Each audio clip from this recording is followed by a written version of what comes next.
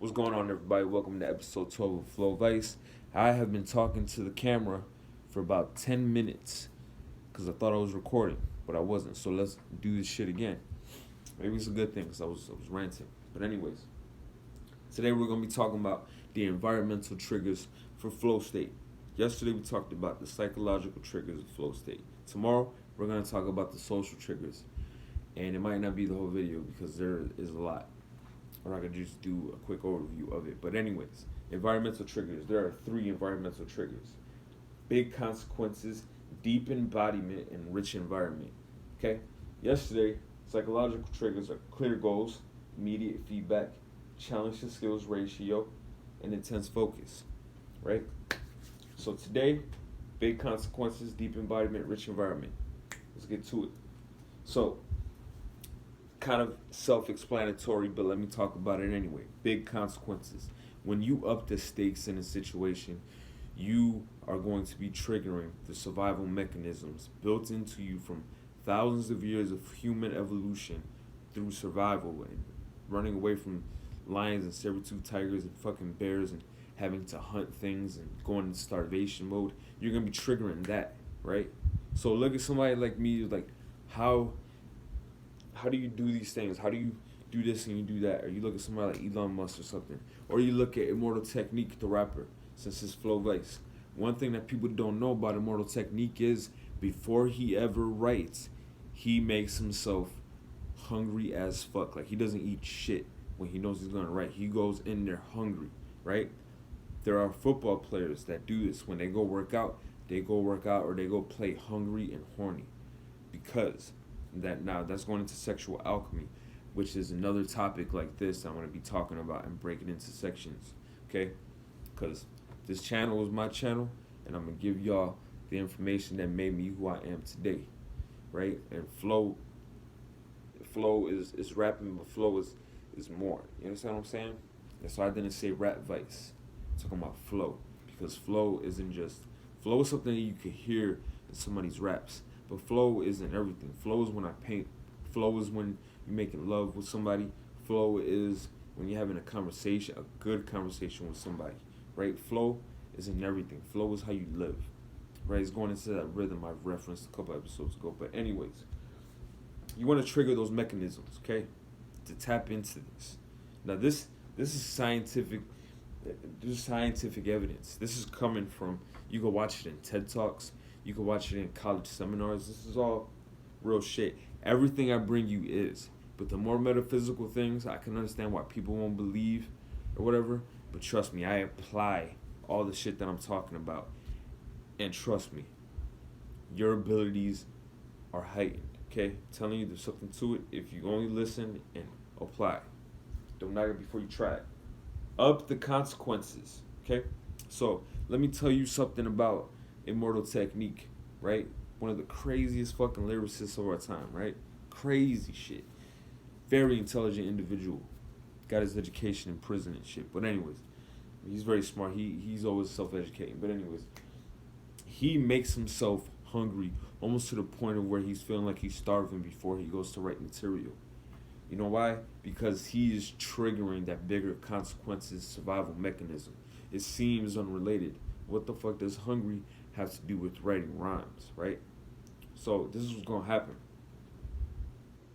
Your body doesn't really know. Just like when you're jerking off, which is not contrary to popular belief, it's not very good for men to do a lot of that shit. It's not good for women to do a whole bunch of it either. It's healthy to do it sometimes, but to do it as compulsively and obsessively as we do, it's not very good. But anyways, your brain doesn't know the difference between a hand and a vagina, right? It doesn't know the difference. So your body doesn't know the difference between you needing to hunt because you're hungry or you writing, right? So when you make yourself hungry or horny or whatever, and then you do something with that energy, right? Now this is going into sexual alchemy, but him making himself hungry before he writes is going to be unlocking a part of his brain to write that about 98% of people do not think to get that energy from that. His whole process is in a whole different mind state, and it's almost at the peak of human potential, right? And I say that because I think it keeps going. The crazier you get, because I've done a lot of research on this shit. But anyways, those are some of the ways. Like, there's a football player that makes himself hungry and horny at the same time before he works out or plays the game. There's a lot of people that do that shit, right? And I'm gonna be going into sexual alchemy in another couple episodes, and we're gonna be talking about. I'm gonna be breaking it down for y'all because it's important. I'm giving y'all everything that makes me me, everything that I've used to take my shit to where it's at, and in work too. Because when I'm working, I'm one of the best workers every time. You know what I'm saying? I delegate shit. And there's reasons to why it's like that. And I'm trying to put people on. You know, don't knock it before you try it, because you may be surprised what happens to you once you apply these techniques and ancient wisdom. You know what I'm saying? That I'm giving people for free. I would take out a pen and a paper. Anyways, the next one, deep embodiment, right? Well, first, rich environment.